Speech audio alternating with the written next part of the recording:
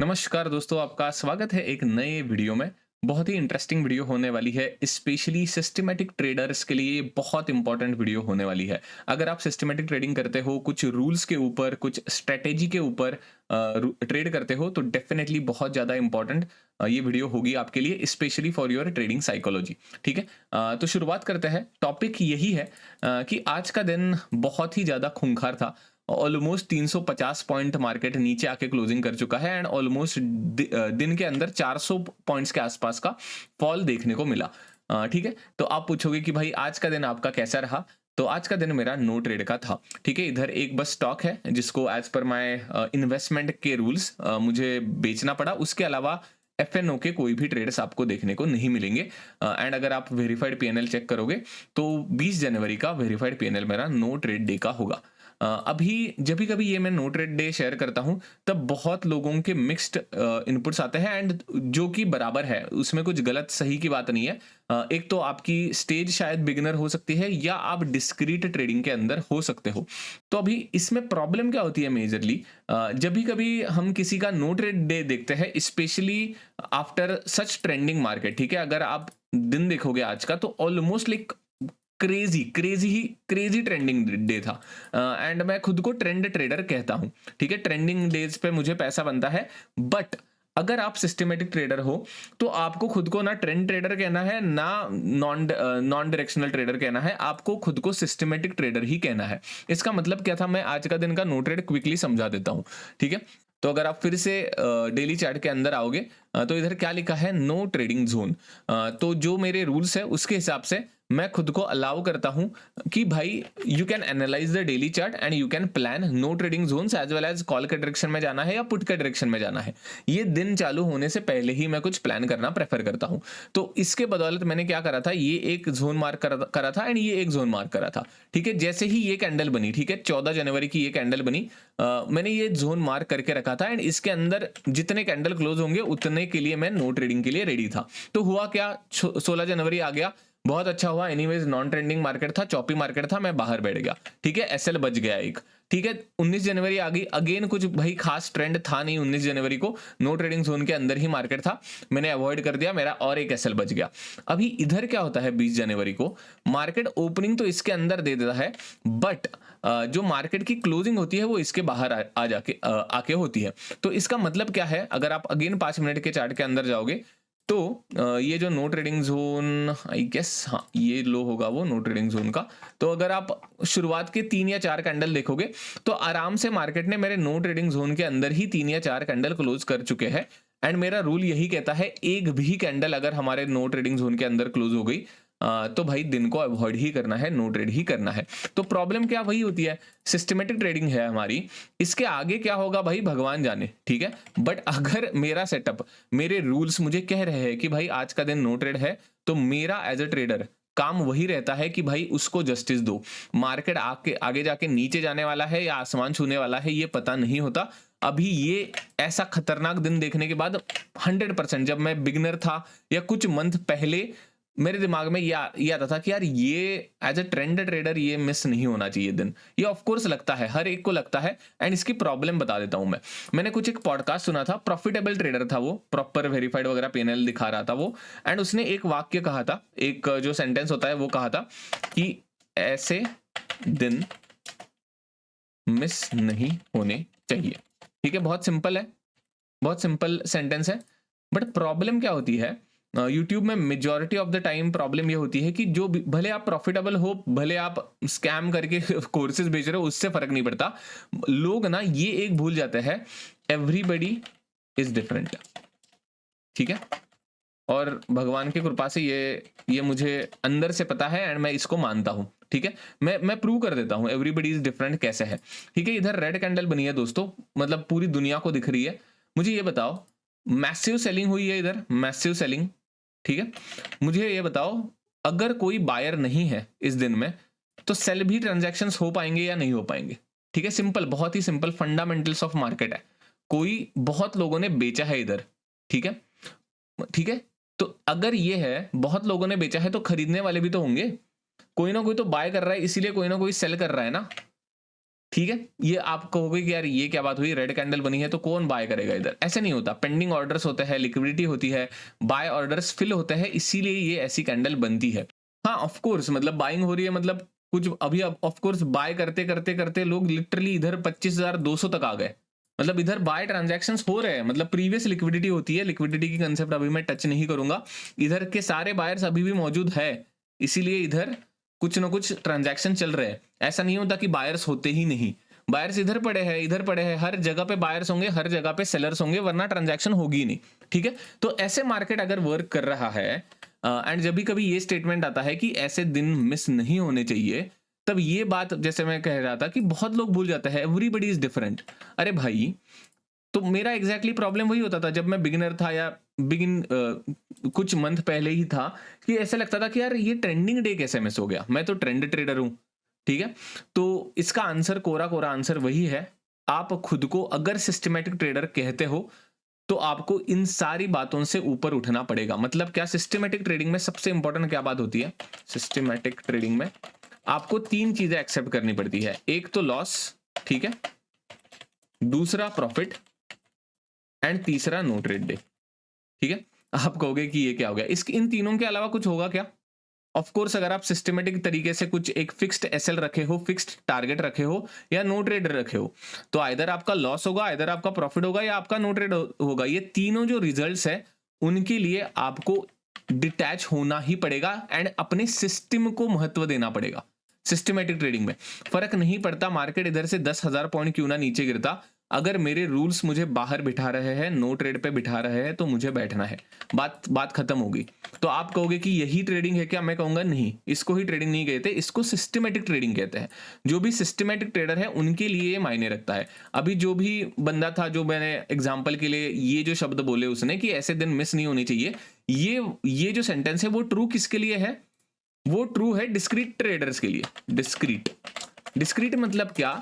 जो भाई मार्केट को फील करना जानते हैं, जो मार्केट को एनालाइज करना जानते हैं, जो जियोपॉलिटिक, मतलब 25 तरीके के अलग अलग वेज है मार्केट को फील करने के, मार्केट को समझने के।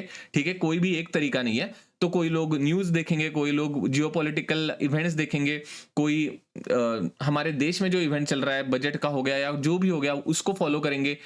फलाना ढिमकाना 25, मतलब प्राइस एक्शन के कंसेप्ट हो गए, लिक्विडिटी के कंसेप्ट हो गए, बहुत सारे कंसेप्ट है, उसका इस्तेमाल करके आप मार्केट को प्रेडिक्ट करते हो। प्रेडिक्ट, ठीक है, discrete trading works on prediction many times, मतलब discrete trading demands prediction, and इधर आपको डिसिप्लिन लगेगा। डिसिप्लिन सिस्टमेटिक ट्रेडिंग में, सिस्टमेटिक ट्रेडिंग प्रेडिक्ट नहीं करती, थोड़ा सा, मतलब इधर नो ट्रेडिंग जोन मार्क करना मैंने उतना थोड़ा सा अलाउ करा है, ये डिस्क्रीटनेस के अंदर आता है कि भाई कैसे ये लाइन कैसे आई है, ये लाइन कैसे आई, ये रूल बेस्ड नहीं है, ये डिस्क्रीट है।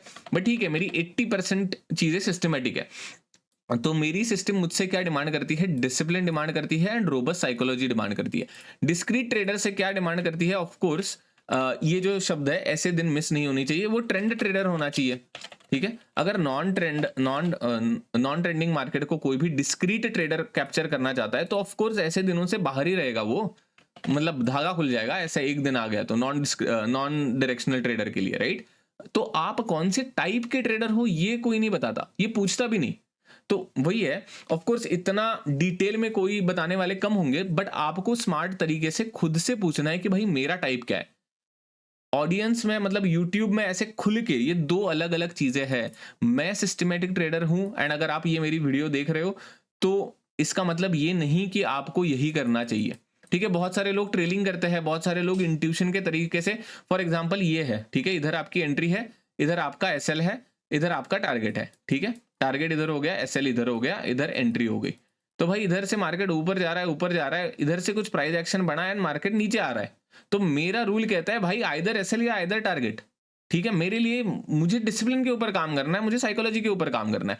बट अगर कोई डिस्क्रिशनरी ट्रेडर है जिसने प्राइस एक्शन एनालाइज करके एंट्री, एसएल एंड टारगेट लिया है, एंड उसके हिसाब से कंडीशंस बदल गए, मार्केट ने चेंज ऑफ कैरेक्टर कर दिया या ट्रेंड बदल दिया, तो भाई निकालो इधर से, क्योंकि जिस रीजन के वजह से आप लॉन्ग थे वो रीजन अभी वैलिड नहीं रहा, तो भाई उसके लिए ये निकालना भी सही है, एंड मेरे लिए इसको होल्ड करना ही सही है। तो इधर से निकलने के बाद मार्केट ऊपर टारगेट देगा या एसएल देगा, वो तो मार्केट जाने एंड भगवान जाने, वो तो हमारे कंट्रोल में नहीं है।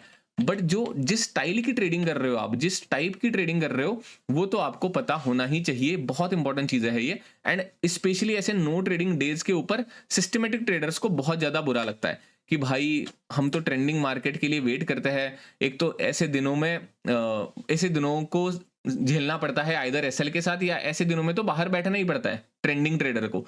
बट अगर ऐसा दिन मिस हो गया तो बहुत बुरा लगता है। बट आपको, जैसे मैंने कहा, आपका फोकस होना चाहिए आपके रूल्स के ऊपर एंड आपके सिस्टम के ऊपर। सिस्टम कह लो, स्ट्रेटेजी कह लो, बात एक ही है दोस्तों, पर्यायवाची शब्द है। कोई लोग स्ट्रेटेजी कहता है, कोई लोग सिस्टम कहता है, ठीक है, उसमें कुछ ज्यादा डिफरेंस है नहीं। बट जैसे मैंने कहा कि मैंने भी यूट्यूब से ही सुना था वो, कि ऐसे दिन मिस नहीं होनी चाहिए, बहुत समय तक था। बट जैसे जैसे एक्सपीरियंस आया, जैसे जैसे बैक टेस्टिंग करी, जैसे जैसे समझा सिस्टमेटिक ट्रेडिंग को, तब वही था कि भाई सिस्टमेटिक ट्रेडिंग में ड्रॉडाउन भी आएंगे, ठीक है। बहुत बार मार्केट हमारे जैसे काम नहीं करेगा, बहुत बार नो ट्रेड होंगे। बट अल्टीमेटली अगर नया हाई देखना है ड्रॉडाउन के बाद, तो आपको रूल्स को ही फॉलो करना पड़ेगा। Ultimately systematic trader takes the bet on probability, ठीक है। ये सिस्टमेटिक ट्रेडिंग के ये कुछ ये है, डिसिप्लिन लगता है, बेटिंग ऑन प्रोबेबिलिटी, ठीक है।